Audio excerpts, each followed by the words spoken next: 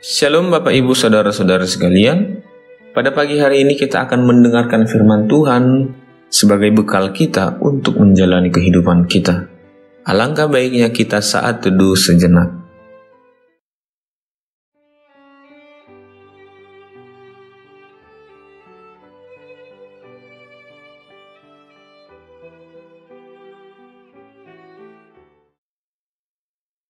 Amin. Firman Tuhan diambil dari 2 Timotius pasal 2 ayat 3. Demikian pembacaan firman Tuhan.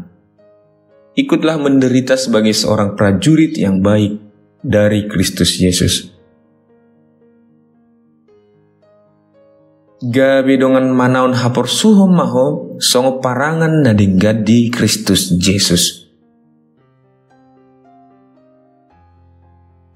Layaknya seorang prajurit yang memperjuangkan haknya, ia akan menyerahkan jiwa dan raganya untuk dapat mempertahankan benteng pertahanannya.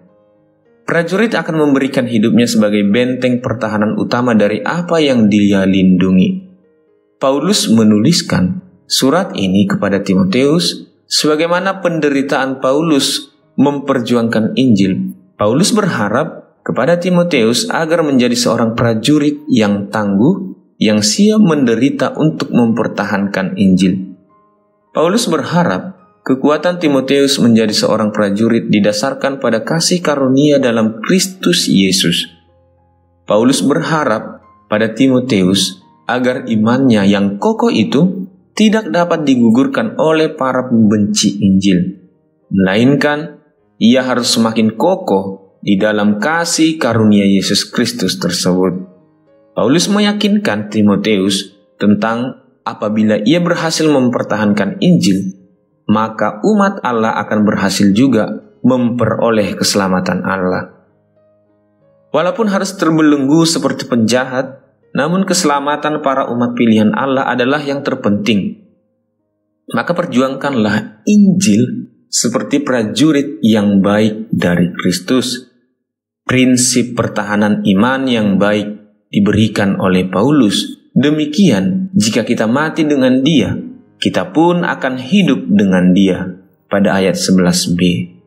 Walaupun ditangguhkan seperti seorang penjahat, namun ingatlah, tujuan akhir seorang prajurit adalah dapat hidup penuh sukacita bersama rajanya setelah perjuangan yang luar biasa.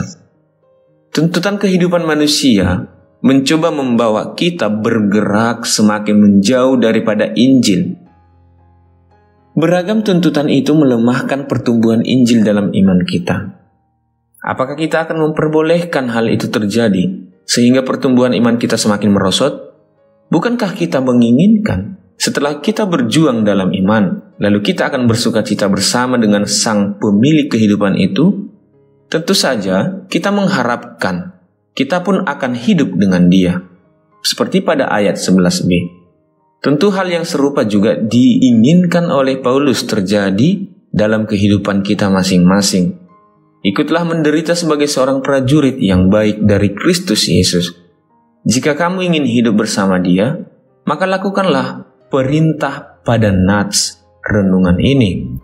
Perbaharui imanmu, dengan imanlah kita akan menentang berbagai tuntutan kehidupan yang sedang berusaha menghanyutkan kebenaran Injil dalam hidup kita. Ketangguhan iman itu akan menuntun kita pada sukacita yang luar biasa. Ingatlah, ketika Paulus berusaha memperjuangkan Injil, tujuannya adalah agar umat pilihan Allah memperoleh keselamatan. Untukku dan untukmu.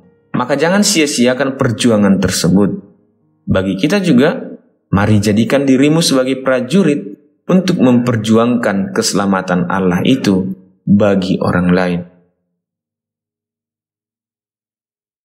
Amin. Kita berdoa. Terima kasih Tuhan Yesus, penyertaan-Mu sungguh luar biasa. Hingga pada saat ini firman ini masih dapat kami dengarkan. Kau masih memperbolehkan kami untuk menghidupi firman-Mu.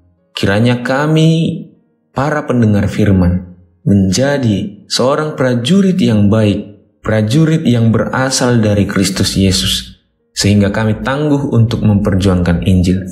Tuhan, kami percaya Injil adalah kehidupan bagi setiap umat Kristen.